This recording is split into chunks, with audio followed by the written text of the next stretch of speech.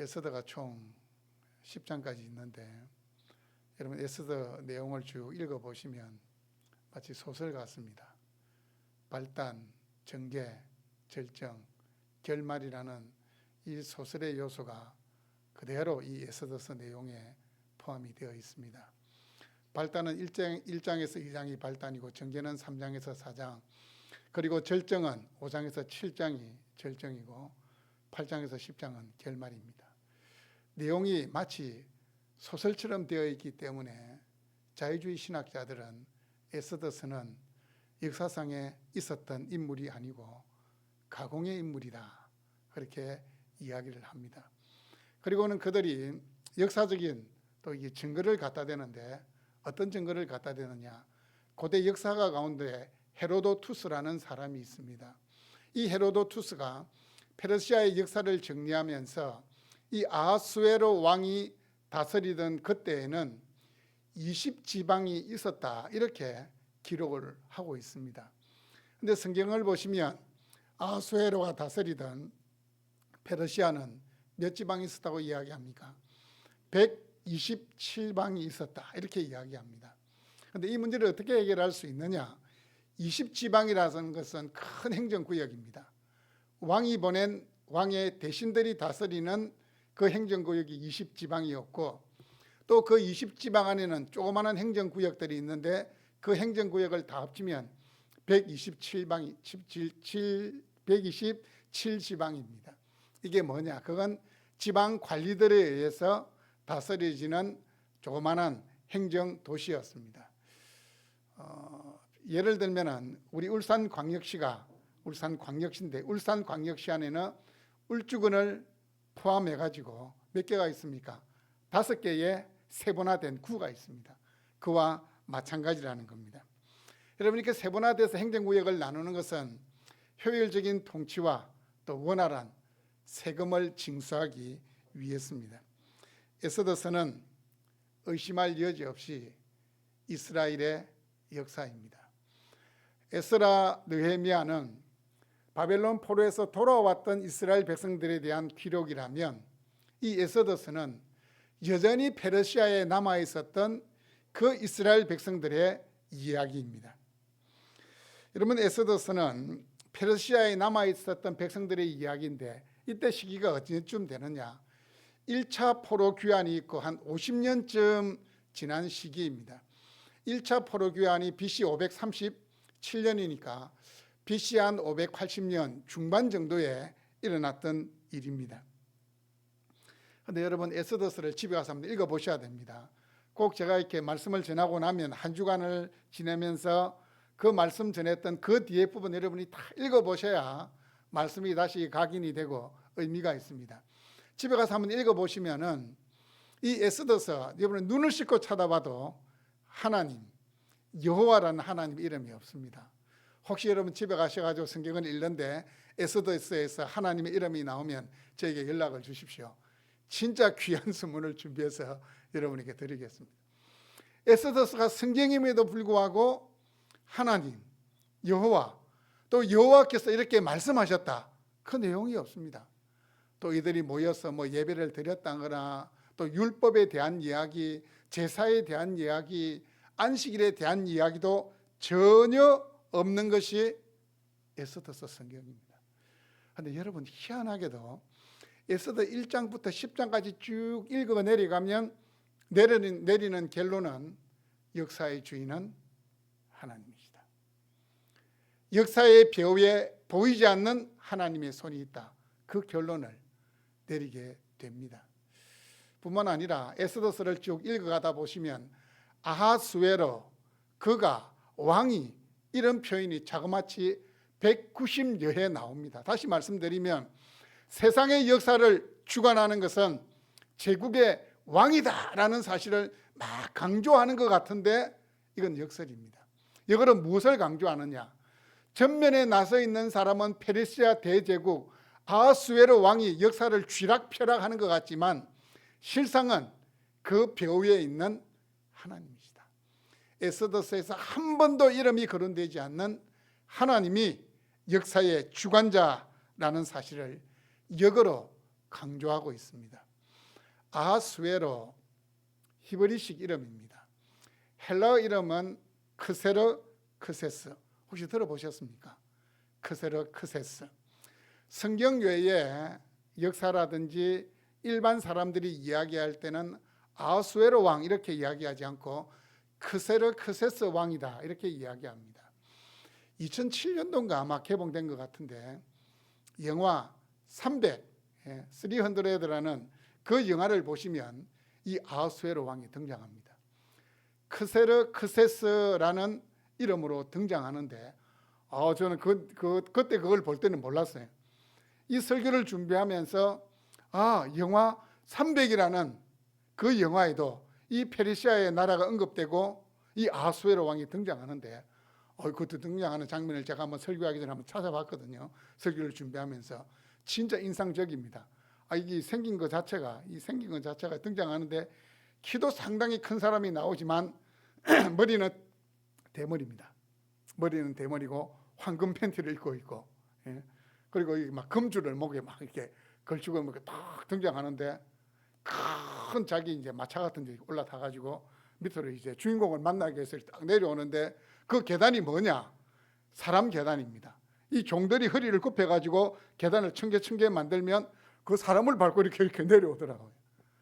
그러고는 딱 서가지고 하는 말이 나는 관대하다 하고 이렇게 이야기하는데 이 페르시아 대제국에 대한 그 위험이 느껴지더라고요.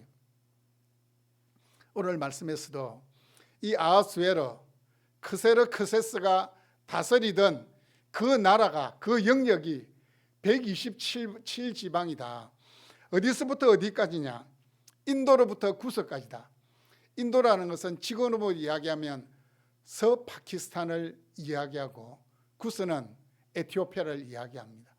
어쨌든 중동에서부터 시작해서 그 유럽 입구 저기 아프리카까지 그의 통치 영역을 넓혔던 사람이 이 아하수에로 왕입니다. 이 거대한 제국을 다스렸던 왕 아하수에로라는 사실을 강조하기 위해서 127지방이라는 행정구역을 말씀하고 있습니다. 아하수에로 왕의 아버지는 다리오입니다. 다리오. 성경에 다니엘서에 보면 나옵니다. 다리오인데 이 다리오 때부터 무엇을 하려고 했냐 하면 그리스를 정복하려고 했습니다. 역사에 보시면 이 그리스를 정복하기 위해서 다리오가 2번인가 침략을 합니다. 그런데 실패했습니다. 아버지 뒤를 이어서 아하수에로가 왕이 되고 나서도 이 아하수에로 마음에는 그리스를 정복해야 된다. 그리스를 정복해야 된다. 그 마음이 있었습니다. 참 이게 사람의 욕심이라는 것은 이 욕망이라는 것은 끝이 없습니다. 127지방이라는 그 넓은 영토를 다스리고 있음에도 불구하고 그것이 부족해서 또 127지방 외에 그리스를 정복해야 된다. 당시에 이 그리스가 문명의 꽃을 피운 나라잖아요. 그 그리스를 정복해야 되겠다라는 야욕을 가지고 있었습니다. 오늘 말씀이 일어난 시대적 배경을 아하수에로 왕이 다스린 지 몇 년이라고 말씀하고 있습니까? 몇 년입니까? 제 3년. 역사가들은 아하수에로가 왕이 되고 나서 그리스를 정복하기 위해서 3년 동안 준비를 했다고 이야기합니다. 그리고 이제 3년 이 아하수에로가 다스린 지 3년이 지난 시점에 지금 뭐 하고 있습니까? 수상궁에서 잔치를 배설하고 있습니다. 이 페르시아는 지금의 이란인데, 그리고 이 수상궁이라는 것은 이 페르시아 왕들이 겨울을 나기 위해서 머물렀던 궁이 이 수상궁입니다. 이 수상궁에서 잔치를 여는데 자그마치 180일 6개월 동안 잔치를 열었습니다. 참석 대상은 누구냐? 지방을 다스리는 지방관들과 신하들을 다 초청해가지고 잔치를 여는 겁니다. 여러분, 이 잔치를 통해서 뭐 했겠습니까? 그냥 잔치가 아닙니다. 아하수에로 왕이 영을 즐기기 위해서 잔치를 베푼 게 아니고 지난 3년간 그리스를 정복하기 위한 준비를 했고, 이제 막바지 그 준비를 위해서 어쩌면 작전 회의도 하고 그 전쟁에 참여할 군사와 장병들을 격려하기 위해서 이 잔치를 배설한 겁니다. 6개월 동안 잔치를 배설했다는 것은 127지방이기 때문에 어쩌면 이 127지방을 다스리는 지방 관료들이 나누어서 잔치에 참여하다 보니까 자그마치 6개월이라는 시간이 걸리는 겁니다. 상식적으로 생각해 보세요. 그 127지방을 다스리는 관리들을 다 불러 올리면은 나라가 어떻게 되겠습니까? 6개월 동안 공백 상태가 되어버리는데, 어쨌든 6개월을 지나면서 다시 한번 나라의 분위기, 결속을 단단히 다지는 겁니다. 사기를 진작시킵니다. 이렇게 재물도 주고 상도 내렸겠죠. 상도 내리면서 어쨌든 지방 관료들과 병사들의 사기를 진작시켰습니다.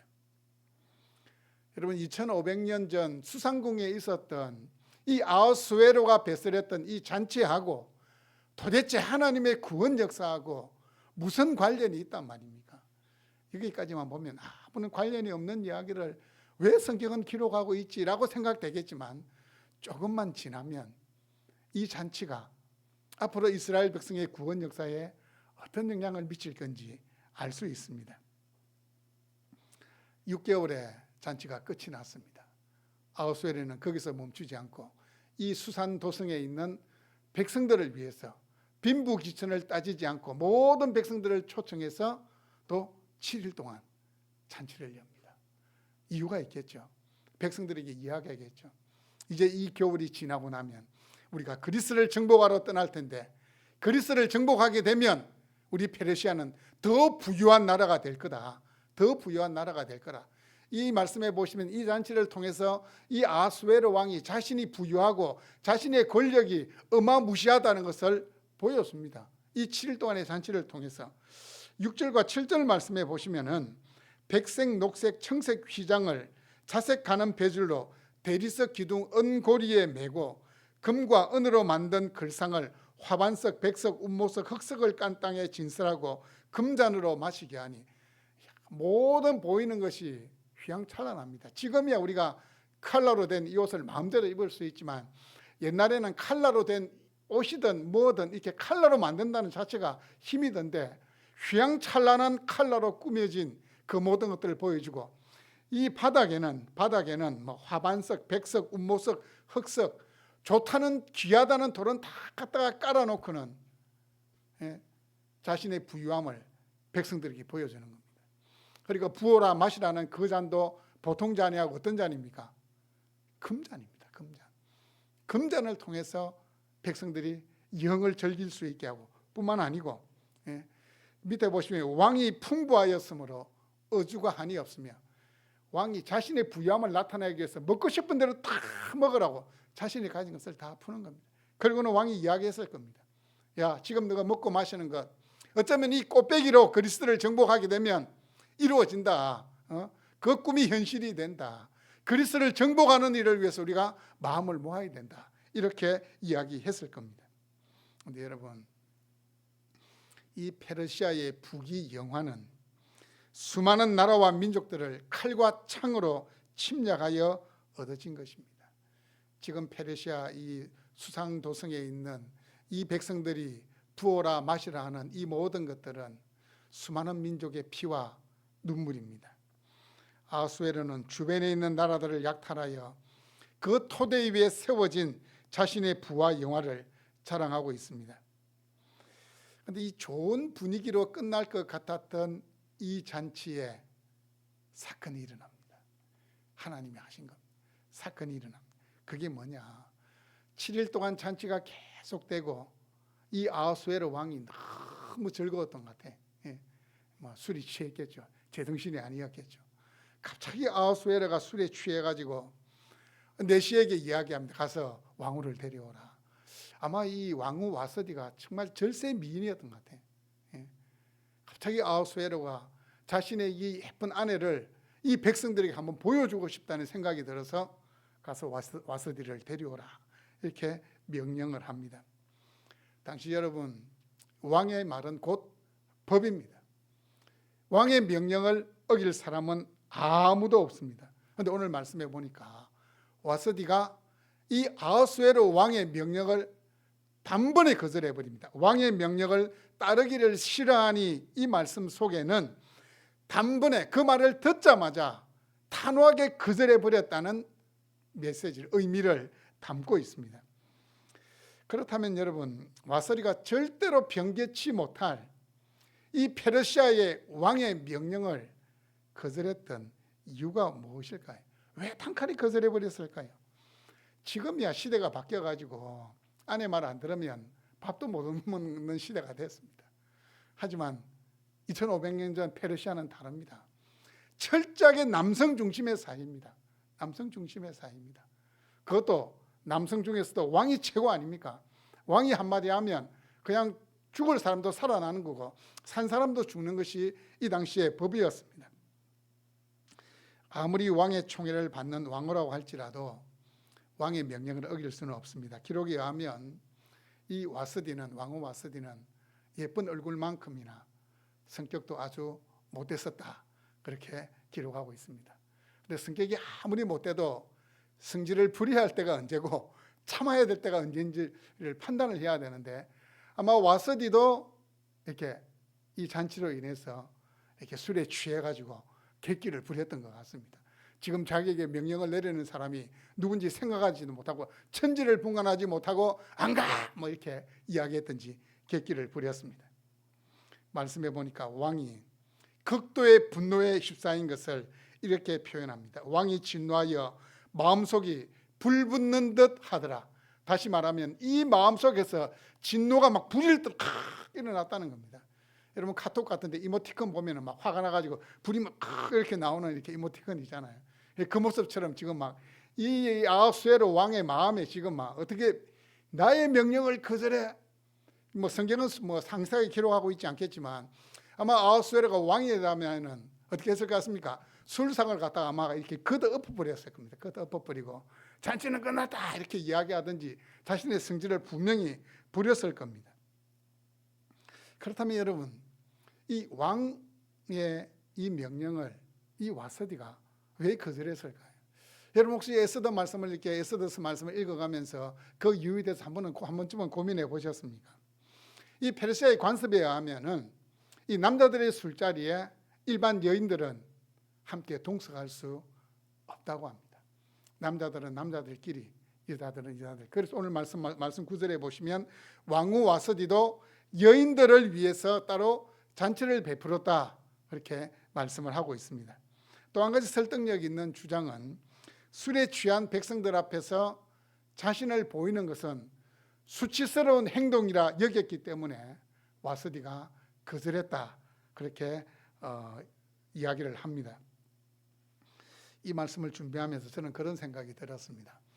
물론 페르시아 관습도 있고 와스디가 생각할 때는 지금 이 술 취한 백성 앞에서 내가 지금 나가는 것은 그 수많은 백성들이 나에게 시선을 집중하는 것 자체가 그건 아주 나를 멸시하는 거다, 그렇게 생각할 수도 있겠지만 아하수에로 왕도 술에 취해가지고 판단력이 흐려졌고 제가 볼 때는 이 와스디도 술에 취해가지고 판단력이 흐려졌습니다. 저는 뭐 술 취해 본 적이 없기 때문에 술이 취하면 어떻게 되는지 모릅니다. 그런데 들은 바에 의하면 술에 취하면 몇 가지 현상이 나타납니다. 어떤 사람은 기분이 좋아가지고 막 지갑 열어가지고 막 돈 꺼내서 자녀들에게 용돈 주는 사람도 있고, 어떤 사람은 막 객기를 부리는 사람이 있어요. 평소에는 조용하고 온수도 않은 사람이 막 다들 매라 하고 막 이런 사람이 있는데, 아마도 와스디가 아마 이 술에 취해가 정신을 못 차리고 왕이면 왕이지, 어때 내보고 나한테 지한테 오라 그래 이렇게 하든지 어쨌든 객기를 부렸을 것이다, 그렇게 생각됩니다. 그래서 여인들이 있는 그곳에서도 오늘 내가 이 왕의 본때를 고쳐주겠다고 여인들한테 큰 소리를 쳤든지, 아마 성경은 그것을 기록하고 있지 않지만 어쨌든 이 인간적인 모습을 통해서도 이 왕후가 이 아하수에로 왕의 명령을 아주 불쾌하게 생각했다는 것을 알 수 있습니다. 저는 이 말씀을 준비하다 그런 생각도 해봅니다. 우리 믿음의 사람의 모임도 시작이 좋으면 끝도 좋아야 됩니다. 성령으로 시작했으면 성령으로 마쳐야 되는데 성령으로 시작했다가 육체로 마치는 경우들도 있습니다. 그게 뭐냐? 구역 모임을 가집니다.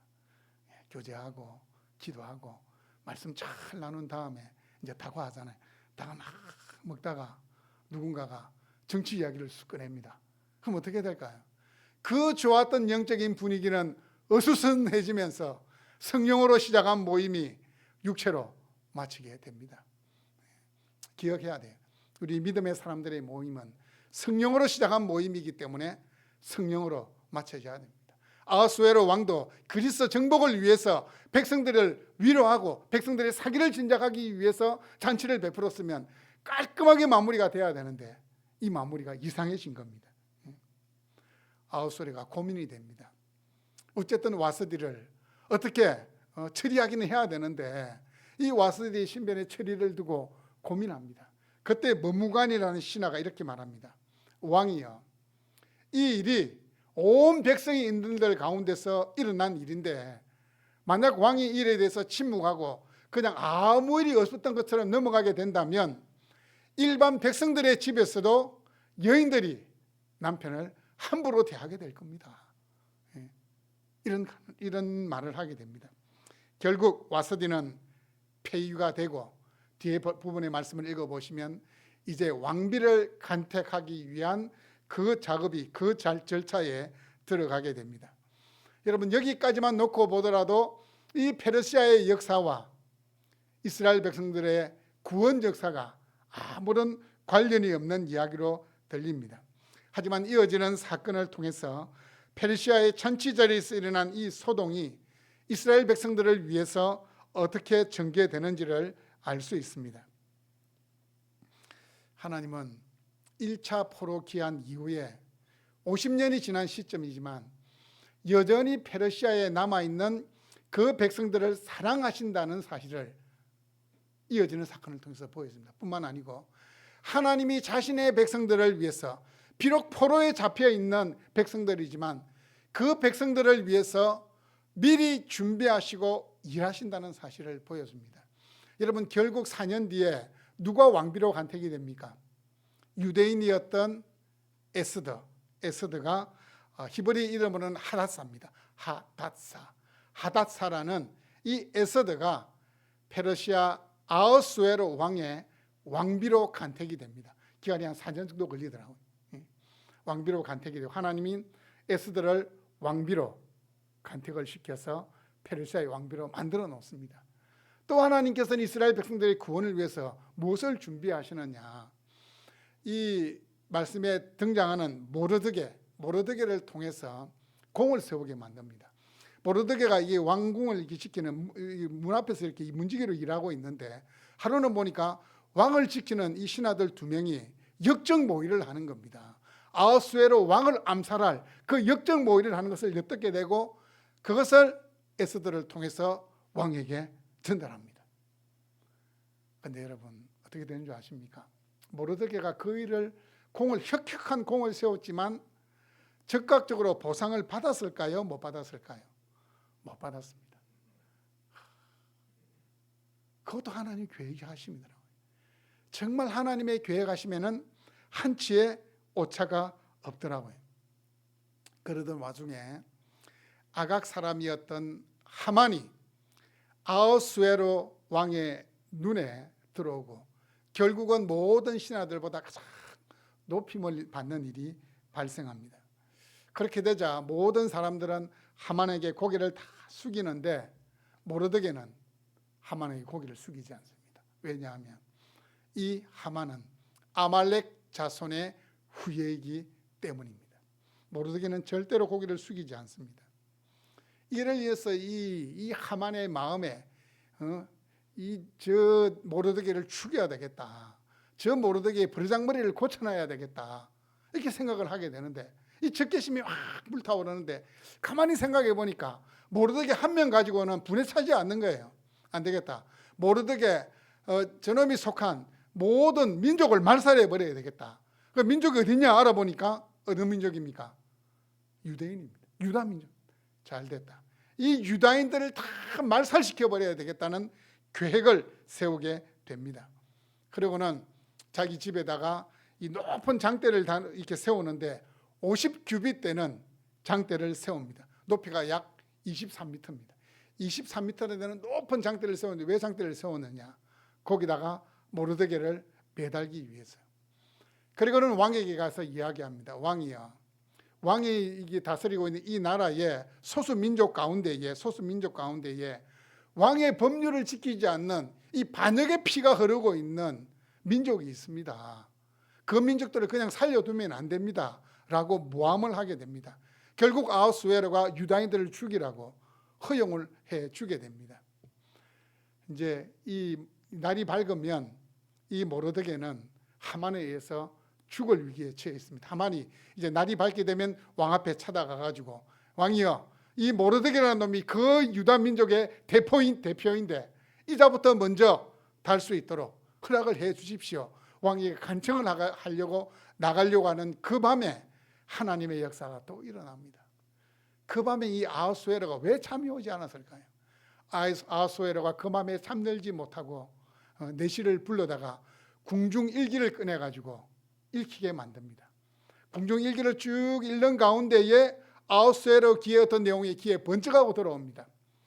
과거에 모르드게라는 사람이 이 암살 음모를 자기에게 고발해서 공을 세웠던 그 이야기가 나오는 겁니다. 묻습니다. 이 일로 인해서 그 사람이 무슨 대가를 지불받았느냐, 그 사람에게 무슨 대가를 지불했느냐 물어보니까 그냥 아무런 포상을 하지 않았다는 겁니다. 아하수에로가 고민이 됩니다. 아침이 되었을 때에 이 일을 어떤 신하고 의논하고 싶은데 아침 일찍 아무도 없는 겁니다. 그런데 밖에 보니까 하만이 와서 서 있다는 전가를 듣게 됩니다. 하만으로 하여금 들어오게 만듭니다. 그리고는 이야기합니다. 내가 존귀케 하고 싶은 사람이 한 명 있는데 너 같으면 어떻게 하겠느냐 이렇게 물었더니만 이 하만은 누구라고 생각하겠습니까? 이 아하수에로 왕이 나를 갖다가 더 존귀하게 만들고 싶어 하는구나, 단단히 착각을 한 겁니다. 그리고는 하만이 그냥 나오는 대로 그냥 질러버립니다. 뭐라고 이야기하느냐, 왕의 옷을 입히고 왕의 왕관을 씌우고 왕이 타는 수레에 태워서 이 수산 도성을 돌면서 왕이 존귀케 한 자다라고 외치면서 그렇게 해야 됩니다. 이 아하수에로에게 그렇게 이야기를 했습니다. 아하수에로가 가만히 듣더라면, 그래, 모르드게라는 사람이 내가 존귀케 하고 싶은 사람인데 그럼 그 사람에게 내 옷을 입히고 내 왕관을 씌우고 내가 타던 마차에 태워서 이 도선 수상을 돌면서 왕이 존귀케 하는 자라고 외치고 다녀라 이렇게 이야기합니다. 어떻게 됐습니까? 네. 하만이 모르드게를 죽이려고 했는데 지금 자기 입으로 지금 이 모르드게는 왕이 존귀케 한 자다 떠들고 다니는 그 신세가 되고 말았습니다. 이 일이 있기 전에 모르드게는 하만이 자신을 죽이려고 한다는, 자신의 민족 유다 민족 전체를 죽이려 한다는 이야기를 듣고는 에스더에게 전가를 넣습니다. 그런데 에스더가 이 모르드게를 만나주는 것을 좀 주저합니다. 왜냐하면 에스더가 아하수에로 왕을 만나지 못한 지 한 달이 지났습니다. 그럼 모르드게가 지금 하만의 이 모략을, 이 악한 꾀를 이야기를 하자 이 에스더가 난색을 표합니다. 왜 그러냐? 페르시아의 법에 왕후라고 할지라도 왕이 미리 허락하지 안 하고 찾아간 경우에 왕이 규를 내밀지 않으면 반역을 꾀하는 자로 여겨져서 죽임을 당하게 되어 있습니다. 모르드게가 에스더에게 그렇게 이야기합니다. 만일 네가 이 일에 대해서 침묵하게 되면 우리 민족은 다른 루트를 통해서 노임받고 구원을 받게 되겠지만 너와 내 아버지 집은 멸망하게 될 거다. 그리고 네가 왕후가 된 것이 이 일을 위해서 왕후가 된 줄 어떻게 아느냐, 이런 이야기를 하게 됩니다. 결국 에스더는 모르드게의 그럼 수산성에 있는 모든 유다 민족이 함께 3일을 금식기도 하자. 3일을 금식하자. 그리고 3일을 금식한 뒤에 이 에스더가 아하수에로 왕 앞에 죽으면 죽으리라, 유명한 말이잖아요. 죽으면 죽으리라 라는 심정으로 나아갔습니다. 이 아하수에로가 자신에게 나오는 이 왕비 에스더를 딱 쳐다보는 순간 그동안 한 달을 이렇게 멀리를 했는데 갑자기 아하수에로 왕의 그 에스더가 너무 아름답고 사랑스럽게 보이는 거예요. 그 누가 한 겁니까? 하나님이 하신 거예요. 하나님 하신 거예요. 죽으면 죽으리라 나아가게 되었을 때 아하수에로 마음과 눈을 하나님이 만지니까 이 에스더가 너무 아름답게 그 왕이 다가가서 자기의 귀를 내밉니다. 에스더에게 이야기합니다. 네가 요청하면 내 나라 절반이라도 주겠다고. 내 나라 절반이라도 주겠다고. 결국 에스더는 아하수에로 왕에게 왕을 위해서 잔치를 배설하게 해 주십시오. 그 잔치를 통해서 하만의 계략을 알리고 바로 자신이 속해 있던 유다 족속을 죽이려 했던 자가 이 하만입니다 라고 고발하고 하만은 그 일을 통해서 죽임당하게 됩니다. 그것도 이 모르드게를 달기 위해서 세워놓았던 그 창대에 매달려 죽게 될 뿐만 아닙니다. 자신의 가족도 멸망을 당하고 자신이 속해 있던 아말렉 이 족속들까지 이 도선 수상에 있는 그 페르시아에 있는 이 아말렉 족속들까지 죽임을 당하게 됩니다. 여러분, 이 사건이 지금도 유대인들이 지키는 불임절의 기원이 됩니다. 불임절은 원수로부터 몰살당한 위기에서 구원받은 것을 기념하는 절기인데 모세오경에는 기록되지 않았습니다. 모세오경에 기록되지 않는 그 절기가 불임절입니다. 불임절. 여러분, 이 에스더서에서 모르드게를 통해 하만과 아말렉 족속이 멸망을 당하는데 여러분, 이건 신학적으로도 아주 큰 의미가 있습니다. 어떤 의미가 있느냐? 아말렉 족속이 이스라엘 백성들이 출애굽했을 때에 그 출애굽 초창기에 광야를 행진할 때에 그 후미에 떨어진 후미에 걷고 있는 그 백성들을 공격했습니다. 그 백성들이 누굽니까?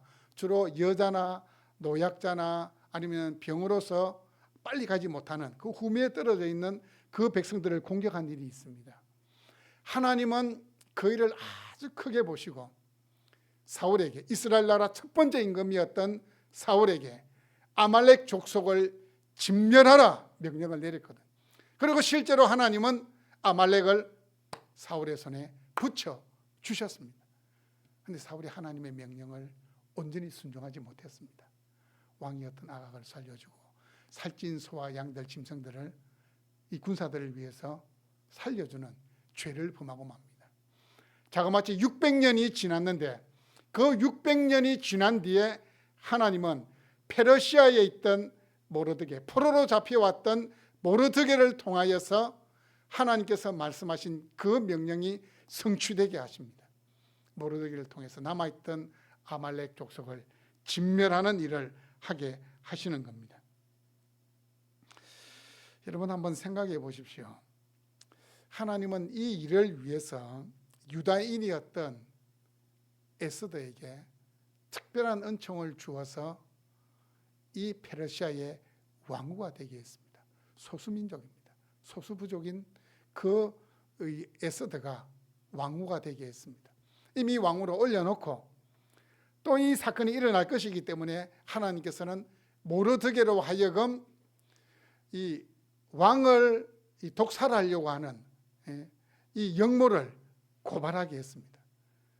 그 당시에 모르드게가 생각했을 때는 아주 서운했을 겁니다. 뭐야, 내가 이 혁혁한 공을 세웠는데 아무런 보상을 해주지 않아. 그렇게 생각할 겁니다. 또 에스더 편에서 생각할 때는 내가 왕후가 되었는데 어떻게 왕이 30일 동안이나 나를 모른 척할 수 있지? 그 마음에 서운한 마음이 있었을 겁니다. 그런데 이 모든 것들은 하나님이 자신의 백성들을 구원하시기 위해서 계획하시고 진행하신 일들입니다. 하나님께서는 가장 적절한 때에, 가장 필요한 때에 상황을 역전시키는 일을 위해서 에스더의 그 고통을, 모르드게의 그 서운함을 하나님은 사용하고 계십니다. 여러분, 오늘 설교 제목이 뭡니까? 보이지 않는 손입니다. 보이지 않는 손.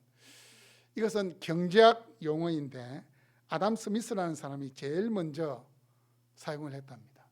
그런데 이 시장은 가격이라는 것에 의해서 자유롭게 효율성이 있고 이렇게 시장이 돌아가게 된다. 뭐 그걸 이렇게 설명하기 위해서 보이지 않는 손, 아담 스미스가 이야기했는데, 여러분, 이 역사상에는 보이지 않는 하나님의 손이 있습니다.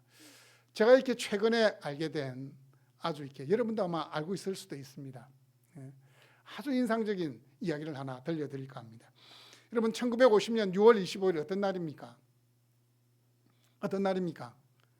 6.25 전쟁이 발발한 날입니다. 6.25 전쟁이 발발하고 몇 개월 만에 어떻게 됩니까? 채 3개월도 안 돼서 우리는 이렇게 부산 낙동강 이 기점을 해서 그냥 부산, 거제도, 제주도 요 정도만 남기고 전부 북한군이 다 점령을 해버렸습니다.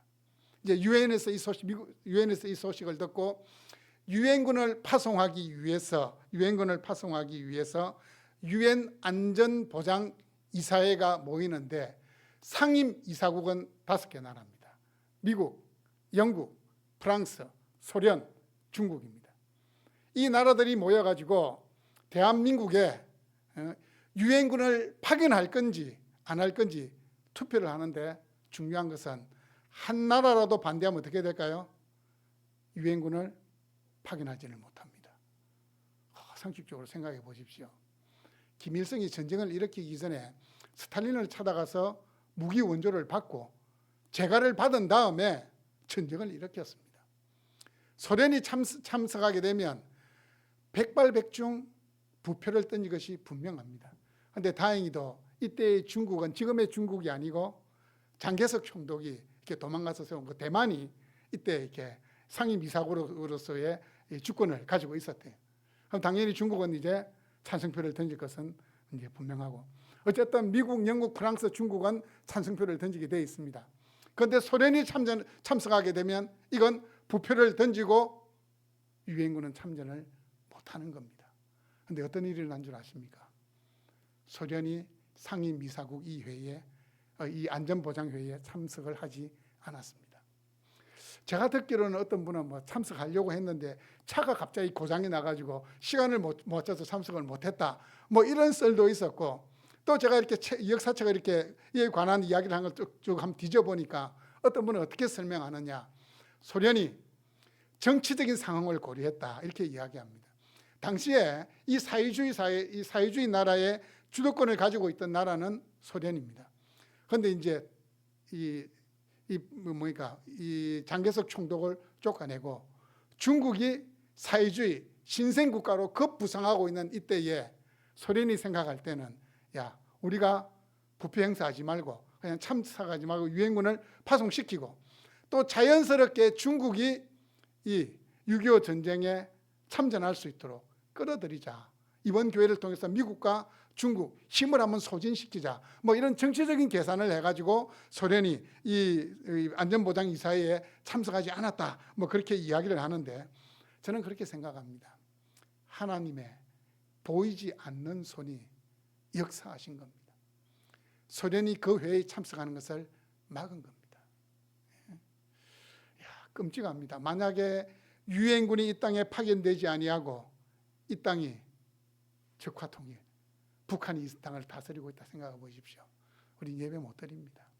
그때 미국에서는 비밀리에 계획을 세웠답니다.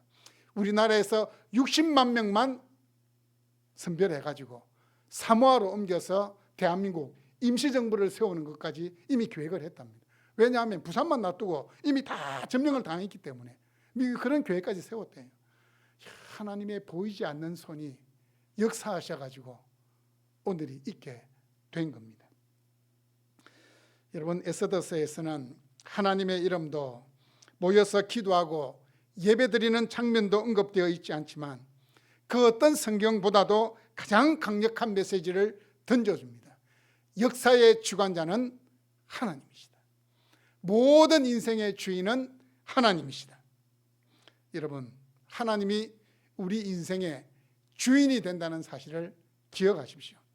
하나님이 역사의 주권자가 된다는 사실을 기억하십시오. 하나님이 보이지 않는 손이 지금도 나와 나의 가정, 우리나라, 전 세계를 붙들고 있다는 사실을 기억하십시오.